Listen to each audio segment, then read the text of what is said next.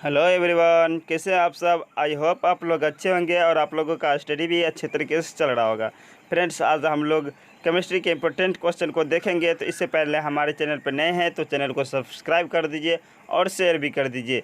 चलिए करते हैं सेशन को स्टार्ट। हमारा पहला क्वेश्चन है कि पॉलीथीन यौगिक का बहुलक है। पॉलीथीन किस यौगिक का बहुलक है? तो क्या होगा राइट आंसर, आप लोग कमेंट्स करें। Ethane, methane, ethane, ethene, ethyne, क्या होगा इसका राइट आंसर? फ्रेंड्स, इसका राइट आंसर कमेंट्स करें। पॉलीथीन किस यौगिक का बहुलक है? मेथेन का होगा, एथेन का होगा, एथीन का होगा, एथाइन का होगा, क्या होगा इसका राइट आंसर?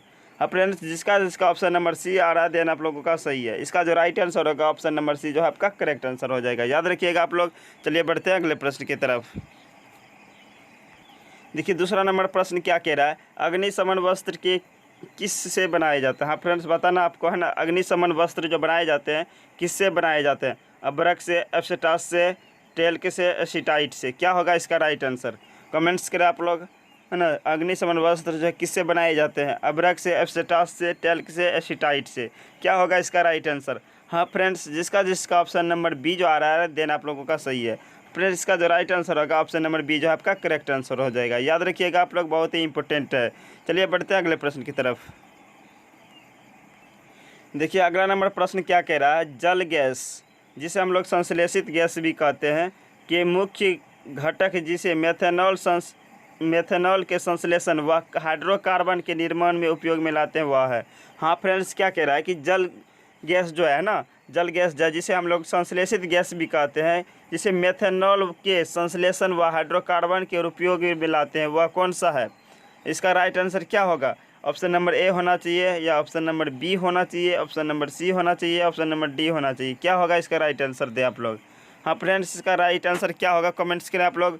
इसका जो राइट आंसर होगा ऑप्शन नंबर बी जो है आपका करेक्ट आंसर हो जाएगा। ऑप्शन नंबर बी जो है आपका करेक्ट आंसर होगा। जिन जिन स्टूडेंट्स का ऑप्शन नंबर बी आ रहा है देन आप लोगों का सही है। तो चलिए करते हैं अगले प्रश्न को। अगला नंबर प्रश्न क्या कह रहा है, ऊष्मा जो स्वतः ही कम ताप वाली वस्तु की ओर प्रवाहित नहीं हो सकती, यह कथन है। राइट आंसर क्या होगा कमेंट्स करें आप लोग, है ना। ऊष्मा जो स्वतः ही जो है कम ताप वाली वस्तु की ओर प्रवाहित नहीं हो सकती वह है ऊष्मागतिकी का द्वितीय नियम, संवेग के संरक्षण का नियम, ऊर्जा संरक्षण के नियम या ऊष्मागतिकी का प्रथम नियम, क्या होगा इसका राइट आंसर? कमेंट्स करें आप लोग। हाँ फ्रेंड्स, इसका जो राइट आंसर होगा ऑप्शन नंबर बी जो है, ऑप्शन नंबर ए जो है आपका करेक्ट आंसर हो जाएगा। ऑप्शन नंबर ए जो है आपका करेक्ट आंसर हो जाएगा। याद रखिएगा आप लोग, है ना, कि ऊष्मागतिकी के द्वितीय नियम पर आधारित है। ऊष्मा जो है स्वतः ही कम ताप वाली वस्तु की ओर क्यों नहीं जाता है? क्योंकि है ना यह ऊष्मागतिकी के द्वितीय नियम पर कार्य करता है। याद रखिएगा आप लोग। चलिए बढ़ते हैं अगले प्रश्न की तरफ। अगला प्रश्न है कि वांट ऑफ गुणांक आई का मान निम्न में से किसके लिए अधिकतम होगा? हाँ फ्रेंड्स, राइट आंसर दीजिए, क्या होगा इसका राइट आंसर? वांट ऑफ गुणांक का मान जो है किसके लिए अधिकतम होगा? ऑप्शन नंबर ए होना चाहिए, ऑप्शन नंबर बी होना चाहिए, ऑप्शन नंबर सी या ऑप्शन नंबर डी होना चाहिए, इसका राइट आंसर क्या होगा? आप लोग आंसर दीजिए। हाँ फ्रेंड्स, वेरी फास्ट, बहुत अच्छा राइट आंसर दीजिए आप लोग इसका। वांट ऑफ गुणांक आई का मान निम्न में से किसके लिए अधिकतम होना चाहिए? हाँ फ्रेंड्स, इसका जो राइट आंसर होगा ऑप्शन नंबर ए जो आपका करेक्ट आंसर होगा। जिन जिन स्टूडेंट्स का ऑप्शन नंबर ए आ रहा है देन आप लोगों का सही, Al2SO4 × 3, इसका जो है आप लोग का राइट आंसर होगा। याद रखिएगा, ऑप्शन नंबर ए जो है आपका करेक्ट आंसर हो जाएगा। चलिए बढ़ते हैं अगले प्रश्न की तरफ। देखिए अगला नंबर हमारा प्रश्न क्या कह रहा है कि काय केंद्रीय घन जिसे BCC भी बोला जाता है, काय केंद्रीय घन के प्रति इकाई सेल में परमाणुओं की संख्या होती है? हाँ फ्रेंड्स, बताना है परमाणुओं की संख्या कितनी होती है काय केंद्रीय घन के इकाई सेल में? एक होगा या दो होता है या चार होता है या पाँच होता है, क्या होगा इसका राइट आंसर दीजिए आप लोग। हाँ फ्रेंड्स, इसका राइट आंसर देने की कोशिश करें। इसका राइट आंसर क्या होना चाहिए? एक होगा, दो होगा या तीन, चार होगा या पाँच होगा, क्या होगा इसका राइट आंसर क्या होगा? हाँ फ्रेंड्स, राइट आंसर दीजिए इसका। छठे नंबर प्रश्न का राइट आंसर दीजिए। काय केंद्रीय घन के लिए प्रति इकाई परमाणुओं की संख्या कितनी होनी चाहिए? जिसका ऑप्शन नंबर बी आ रहा है देन आप लोगों का सही है। हाँ फ्रेंड्स, इसका जो राइट आंसर होगा ऑप्शन नंबर बी जो आपका करेक्ट आंसर होगा। चलिए बढ़ते हैं अगले प्रश्न की तरफ। देखिए हमारा अगला प्रश्न क्या कह रहा है कि थायराइड ग्रंथि के उपचार के लिए है ना, किस रेडियो सक्रिय समस्थानिक का उपयोग किया जाता है? हाँ फ्रेंड्स, राइट आंसर दीजिए आप लोग। थायराइड ग्रंथि के उपचार के लिए प्रयुक्त होने वाला रेडियो समस्थानिक कौन सा है? फास्फोरस है, या आयोडीन है, या क्रोमियम है, या सोडियम है? क्या होगा इसका राइट आंसर दीजिए आप लोग, है ना। थायराइड ग्रंथि के उपचार के लिए किस रेडियो सक्रिय समस्थानिक का प्रयोग किया जाता है? फास्फोरस का, आयोडीन का, या क्रोमियम का, या सोडियम का? क्या होगा इसका राइट आंसर? हाँ फ्रेंड्स, इसका राइट आंसर क्या होना चाहिए?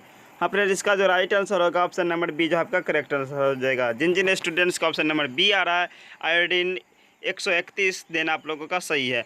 फ्रेंड्स, बात कर लेते हैं option number A, phosphorus P32 का प्रयोग, है ना। इसका उपयोग जो किया जाता है ब्लड कैंसर में किया जाता है। याद रखिएगा आप लोग, है ना, कि थायराइड ग्रंथि का फास्फोरस का प्रयोग कहाँ किया जाता है? फास्फोरस के समस्थानिक का प्रयोग, है ना, ब्लड कैंसर के रूप में किया जाता है, तो याद रखिएगा। बात कर लेते हैं सोडियम Na24, है ना, सोडियम Na24, इसका जो प्रयोग किया जाता है रक्त का थक्का का पता लगाने के लिए किया जाता है। सोडियम के समस्थानिक का प्रयोग कहाँ किया जाता है? रक्त के थक्का का पता लगाने के लिए किया जाता है, तो याद रखिएगा आप लोग, है ना, बहुत ही इंपॉर्टेंट है। चलिए बढ़ते हैं अगले प्रश्न की तरफ। देखिए हमारा अगला प्रश्न क्या कह रहा है कि उस स्पीशीज का चयन कीजिए जो ब्राउनस्टेड क्षार की तरह व्यवहार नहीं करता है। हाँ फ्रेंड्स, राइट आंसर देना आप लोगों को। उस स्पीशीज का चयन करो कि, है ना, ब्राउनस्टेड क्षार की तरह जो है व्यवहार नहीं करता है, तो क्या होगा इसका राइट आंसर दीजिए आप लोग। H2O होना चाहिए, H3O+ होना चाहिए, NH3 होना चाहिए, NH2 होना चाहिए? क्या होगा इसका राइट आंसर? हाँ फ्रेंड्स, इसका जो राइट आंसर होगा ऑप्शन नंबर बी जो है आपका करेक्ट आंसर होगा। हाँ फ्रेंड्स, इसका जो राइट आंसर होगा ऑप्शन नंबर बी जो है आपका करेक्ट आंसर होगा, तो याद रखिएगा, है ना। इसका प्रयोग जो है ब्राउनस्टेड क्षार की तरह व्यवहार नहीं होता है। तो चलिए बढ़ते हैं अगले प्रश्न की तरफ।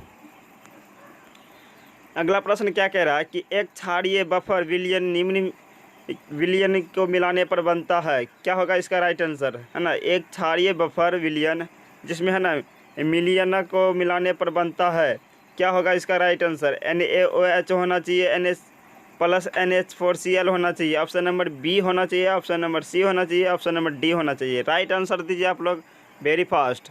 हाँ फ्रेंड्स, इसका राइट आंसर क्या होगा कमेंट्स करें आप लोग ना। एक क्षारीय बफर विलयन निम्न में मिलाने पर बनता है, क्या होगा? हाँ फ्रेंड्स, इसका राइट आंसर दीजिए आप लोग। हाँ फ्रेंड्स, इसका जो राइट आंसर होगा ऑप्शन नंबर सी जो आपका करेक्ट आंसर हो जाएगा। जिन जिन स्टूडेंट्स का ऑप्शन नंबर डी आ रहा है देन आप लोगों का सही है, ammonia chloride plus ammonia alcohol. हाँ फ्रेंड्स, ऑप्शन नंबर सी जो आपका करेक्ट आंसर हो जाएगा। चलिए बढ़ते हैं अगले प्रश्न की तरफ। हमारा अगला प्रश्न है, एल्युमिनियम तथा टीन सामान्यतः निम्न रूप में पाए जाते हैं। हाँ फ्रेंड्स, बताना, बहुत ही इजी क्वेश्चन है और इम्पोर्टेंट क्वेश्चन है। क्या होगा इसका राइट आंसर? एल्युमिनियम तथा टीन जो है सामान्यतः किस रूप में पाए जाते हैं? सल्फाइड के रूप में पाए जाते हैं, या ऑक्साइड के रूप में पाए जाते हैं, कार्बोनेट के रूप में पाए जाते हैं, सल्फेट के रूप में पाए जाते हैं? क्या होगा इसका राइट आंसर? हाँ फ्रेंड्स, इसका राइट आंसर दे आप लोग। एल्युमिनियम तथा टीन सामान्यतः किस रूप में पाए जाते हैं? हाँ वेरी फास्ट, बहुत अच्छे। हाँ फ्रेंड्स, इसका जो राइट आंसर होगा ऑप्शन नंबर बी जो आपका करेक्ट आंसर होगा, है ना। एल्युमिनियम तथा टीन जो होता है ना सामान्यतः ऑक्साइड के रूप में पाया जाता है, तो याद रखिएगा आप लोग, बहुत ही इंपॉर्टेंट क्वेश्चन है। चलिए देखते हैं अगले प्रश्न की तरफ। देखिए हमारा अगला प्रश्न क्या कह रहा है, इलेक्ट्रॉन बंधुता का सही क्रम है। बहुत ही important question, very very important question है, तो ये VVI लगा लीजिएगा इसको, है ना, कि इलेक्ट्रॉन बंधुता का सही क्रम कौन सा है। हाँ फ्रेंड्स, राइट आंसर दीजिए आप लोग, है ना। इसका राइट आंसर क्या होना चाहिए? ऑप्शन नंबर ए होगा, या ऑप्शन नंबर बी होगा, ऑप्शन नंबर सी होगा, ऑप्शन नंबर डी होगा? क्या होगा इसका राइट आंसर? मैंने आप लोगों को, है ना, पहले ही जो है पीरियोडिक टेबल के रूप में पढ़ा चुके हैं, तो आप अगर वो क्लास किए होंगे तो आप लोगों को ये आंसर देने में आसानी होगी। क्या होगा इसका राइट आंसर? इलेक्ट्रॉन बंधुता का सही क्रम कौन सा होना चाहिए? ऑप्शन नंबर ए होना चाहिए, ऑप्शन नंबर बी होना चाहिए, ऑप्शन नंबर सी, या ऑप्शन नंबर डी? क्या होगा राइट आंसर दीजिए आप लोग वेरी फास्ट।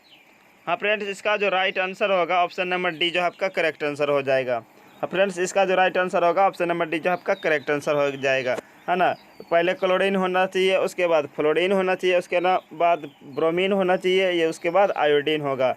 क्या होगा इसका जो राइट आंसर होगा ऑप्शन नंबर डी जो आपका करेक्ट आंसर होगा। हाँ फ्रेंड्स, कुछ बात कर लेते हैं पीरियोडिक टेबल की, जहाँ सबसे पहले ये बताना है आपको, है ना, ये जो चारों तत्व दिए गए हैं कौन सी तत्व के कौन सी समूह का है, पीरियोडिक टेबल में कौन सी समूह में आते हैं ये चारों। हाँ फ्रेंड्स, इसका राइट आंसर दीजिए आप लोग, इसका राइट आंसर क्या होगा। मैंने क्या पूछा अभी, जो ये चारों तत्व जो है किस समूह में आते हैं, राइट आंसर क्या होगा इसका, करेक्ट आंसर दीजिए आप लोग। हाँ फ्रेंड्स, इसका जो राइट आंसर होगा हेलोजन तत्व। हाँ फ्रेंड्स, इसका जो राइट आंसर होगा हेलोजन तत्व का समूह का तत्व है, याद रखिएगा आप लोग। हेलोजन तत्व का समूह का तत्व है, तो याद रखिएगा आप लोग, है ना। देखिए और क्या होता है कि जैसे जैसे हम पीरियोडिक टेबल में दाएं से, हाँ फ्रेंड्स, दाएं से बाएं की ओर जाएंगे तब हमारा क्या होगा, दाएं से बाएं की ओर जाने पर क्या होता है, इलेक्ट्रॉन बंधुता घटता है। हाँ फ्रेंड्स, क्या होता है, दाएं से बाएं जाने पर इलेक्ट्रॉन बंधुता घटता है, और नीचे से ऊपर की ओर जाएंगे तो क्या होगा, नीचे से ऊपर की ओर जाएंगे तो इलेक्ट्रॉन बंधुता बढ़ता है। हाँ फ्रेंड्स, याद रखिएगा, नीचे की ऊपर की ओर जाएंगे तब क्या होगा, नीचे से ऊपर की ओर जाने पर क्या होता है, इलेक्ट्रॉन बंधुता बढ़ता है, याद रखिएगा आप लोग। और ऊपर से नीचे की ओर जैसे जैसे आएंगे तब क्या होगा, हमारा इलेक्ट्रॉन बंधुता घटता है, याद रखिएगा आप लोग, है ना। चलिए बढ़ते हैं अगले प्रश्न की तरफ। चलिए देखते हैं अगले प्रश्न को क्या कह रहा है कि BCNO, हाँ friends, boron, carbon, nitrogen, oxygen के लिए इलेक्ट्रॉन बंधुता का सही क्रम है। हाँ फ्रेंड्स, इसका राइट आंसर देना है आप लोगों को, है ना। ब्रोन, कार्बन, नाइट्रोजन और ऑक्सीजन के लिए इलेक्ट्रॉन बंधुता का सही क्रम है। बहुत ही इंपॉर्टेंट क्वेश्चन है, नोट कर लीजिएगा BBI के रूप में। फ्रेंड्स, इसका राइट आंसर क्या होगा, ऑप्शन नंबर ए होना चाहिए, ऑप्शन नंबर बी होना चाहिए, ऑप्शन नंबर सी होना चाहिए, ऑप्शन नंबर डी होना चाहिए। क्या होगा इसका राइट आंसर दीजिए आप लोग। हाँ फ्रेंड्स, वेरी फास्ट, हाँ कमेंट से करें आप लोग ना, इसका राइट आंसर क्या होना चाहिए। ब्रोन, कार्बन तथा नाइट्रोजन, ऑक्सीजन के लिए जो है इलेक्ट्रॉन बंधुता का सही क्रम क्या होना चाहिए, क्या होगा इसका राइट आंसर। हाँ फ्रेंड, इसका जो राइट आंसर होगा ऑप्शन नंबर सी जो आपका करेक्ट आंसर होगा। जिन जिन स्टूडेंट्स का ऑप्शन नंबर सी आ रहा है देना आप लोगों का सही है, याद रखिएगा आप लोग। अभी तुरंत बताए हैं कि बाएं से दाएं जाने पर क्या होता है, इलेक्ट्रॉन, जैसे जैसे हम पीरियोडिक टेबल में बाएं से दाएं की ओर जाएंगे। हाँ फ्रेंड्स, अभी की भी और बोल रहे हैं, बाएं से दाएं जाने पर बढ़ता है और दाएं से बाएं जाने पर घटता है, याद रखिएगा। नीचे से ऊपर की ओर जाएंगे तब बढ़ेगा, नीचे से ऊपर की ओर जाएंगे तब बढ़ेगा, या ऊपर से नीचे की ओर जाएंगे तब घटता है। ऊपर से नीचे की ओर जाने पर क्या होता है, घटता है, और नीचे से ऊपर की ओर जाने पर क्या होता है, बढ़ता है, याद रखिएगा आप लोग। इसका जो राइट आंसर होगा ऑप्शन नंबर सी जो आपका करेक्ट आंसर हो जाएगा। चलिए बढ़ते हैं अगले प्रश्न की तरफ। देखिए हमारा अगला प्रश्न क्या कह रहा है कि निम्नलिखित में से कौन सा एक प्राकृतिक बहुलक है। हाँ फ्रेंड्स, बहुत ही इंपॉर्टेंट क्वेश्चन है, बहुलक को लेकर भी क्वेश्चन बहुत बार पूछा जा चुका है, तो याद रखिएगा आप लोग। निम्नलिखित में कौन सा एक प्राकृतिक बहुलक है, क्या होगा right answer, rayon, polythene, silk या टेफलॉन, क्या होगा इसका राइट आंसर। निम्नलिखित में कौन सा एक प्राकृतिक बहुलक है। हाँ फ्रेंड्स, इसका जो राइट आंसर होगा ऑप्शन नंबर सी जो आपका करेक्ट आंसर हो जाएगा, ऑप्शन नंबर सी जो आपका करेक्ट आंसर हो जाएगा, याद रखिएगा आप लोग ना। जिन जिन स्टूडेंट्स का ऑप्शन नंबर सी आ रहा है देना आप लोगों का सही है, ऐसे ही तैयारी करते रहिए आप लोग, है ना। चलिए बढ़ते अगले प्रश्न की तरफ। और बाकी बात रेयन, पॉलीथीन, टेफलॉन, है ना, ये सब क्या है, संश्लेषित रेशे हैं। रेशे 3 प्रकार के होते हैं, बहुलक 3 प्रकार के होते हैं, याद रखिएगा आप लोग, है ना। बहुलक कितने प्रकार के होते हैं, तो 3 प्रकार के होते हैं, याद रखिएगा आप लोग। चलिए बढ़ते हैं अगले प्रश्न की तरफ। देखिए हमारा अगला प्रश्न क्या कह रहा है कि निम्नलिखित में कौन सा एक प्राकृतिक बहुलक है। पूछा जा रहा है निम्नलिखित में कौन सा एक प्राकृतिक बहुलक है, ग्लाइकोजेन, नायलॉन या थाइकोल या सेल्यूलोज एसीटेट, क्या होगा इसका राइट आंसर। हाँ फ्रेंड्स, इसका राइट आंसर दे आप लोग, है ना। निम्नलिखित में से कौन सा एक प्राकृतिक बहुलक है, राइट आंसर क्या होगा इसका, राइट आंसर दे आप लोग। हाँ फ्रेंड्स, इसका जो राइट आंसर होगा ऑप्शन नंबर ए जो आपका करेक्ट आंसर हो जाएगा। हाँ फ्रेंड्स, इसका जो राइट आंसर होगा ऑप्शन नंबर ए जो आपका करेक्ट आंसर हो जाएगा, याद रखिएगा आप लोग, है ना। ग्लाइकोन जो है एक क्या है, प्राकृतिक बहुलक है, याद रखिएगा। बाकी बात नायलॉन, थाइकोल तथा सेल्यूलोज ये सब क्या है, तो ये सब आपका है ना संश्लेषित रेशे बहुलक है, याद रखिएगा आप लोग, है ना। ये सब क्या है, तो संश्लेषित रेशे हैं। रेशे कितने प्रकार के होते हैं, फिर 3 प्रकार के होते हैं। एक होता है प्राकृतिक, दूसरा क्या होता है संश्लेषित होता है, तीसरा क्या होता है ना आधा तो उसमें होता है प्राकृतिक का गुण, दूसरा क्या होता है, एक होता है संश्लेषित का गुण, है ना। मिक्सिंग गुण को क्या बोला जाता है, अर्ध संश्लेषित रेशे बहुलक बोले जाते हैं। तो याद रखिएगा आप लोग, है ना। चलिए बढ़ते हैं अगले प्रश्न की तरफ। अगला नंबर प्रश्न क्या कह रहा है कि प्राकृतिक रबर निम्न में से किसका एक बहुलक है। हाँ फ्रेंड्स, बहुत ही इंपॉर्टेंट क्वेश्चन। प्राकृतिक रबर में निम्न में से किसका एक बहुलक है। एसिटाइरिन का, आइसोप्रीन का, क्लोरोप्रीन का या ब्यूटाडाइन का। क्या होगा इसका राइट आंसर। प्राकृतिक रबर में निम्न में से किसका एक बहुलक है। एस्टेराइन, आइसोप्रीन, क्लोरोप्रीन या ब्यूटाडाइन। क्या होगा इसका राइट आंसर। कमेंट्स करें आप लोग, है ना। प्राकृतिक रबर निम्न में से किसका एक बहुलक है, क्या होगा इसका राइट आंसर। प्राकृतिक रबर इनमें से किसका एक बहुलक है। हाँ फ्रेंड्स, इसका जो राइट आंसर होगा ऑप्शन नंबर बी जो है आपका करेक्ट आंसर होगा। जिन जिन स्टूडेंट्स का ऑप्शन नंबर बी आ रहा है देन आप लोगों का सही है। हाँ फ्रेंड्स, कुछ प्राकृतिक तथा संश्लेषित तथा अर्ध संश्लेषित रेशों का नाम लिख लीजिए, आप लोग नोट कर लीजिए, याद कर लीजिएगा, है ना। पता नहीं इनमें से कौन सा क्वेश्चन आप लोगों के दे दिया जाए, तो ये नोट कर लीजिए आप लोग। तो प्राकृतिक रेशे में जो होता है मुख्य प्रकार से होता है protein, cellulose, glycogen, starch, enzyme. ये सभी क्या है, प्राकृतिक रबर प्राकृतिक बहुलक है। याद रखिएगा आप लोग, है ना। Protein, cellulose, glycogen, starch, enzyme, ये सब क्या है, तो प्राकृतिक बहुलक है। याद रखिएगा। बात कर लेते हैं अर्ध संश्लेषित का, है ना। इसमें से दो प्रमुख याद रखिएगा, रेयन तथा सेल्यूलोज नाइट्रेट। हाँ फ्रेंड्स, रेयन तथा सेल्यूलोज नाइट्रेट। रेयन जो है ना अर्ध संश्लेषित बहुलक है। याद रखिएगा आप लोग। बात कर लेते तीसरा, है ना, संश्लेषित रेशे की। नोट कर लीजिएगा आप लोग, है ना। इस संश्लेषित रेशे का नाम नोट कर लीजिएगा आप लोग, है ना। विलियन जो है, सॉरी फ्रेंड्स, है ना, जो विलियन जो है पॉलीथीन। हाँ फ्रेंड्स, पॉलीथीन जो आपका एक क्या है, जो संश्लेषित रेशे हैं। एल्फॉन, टेफ्लॉन, नायलॉन, पॉलिस्टर, मेलालाइम या थाइकोल, ये सब क्या है, तो ये सब जो है आपका कुछ संश्लेषित रेशे थे। हेलो फ्रेंड्स, अगर आप हमारे चैनल पर नए हैं तो चैनल को सब्सक्राइब कर लीजिए और शेयर भी कर दीजिए। मिलते हैं अगले सेशन में, तब तक के लिए bye bye, take care, good night to all of you.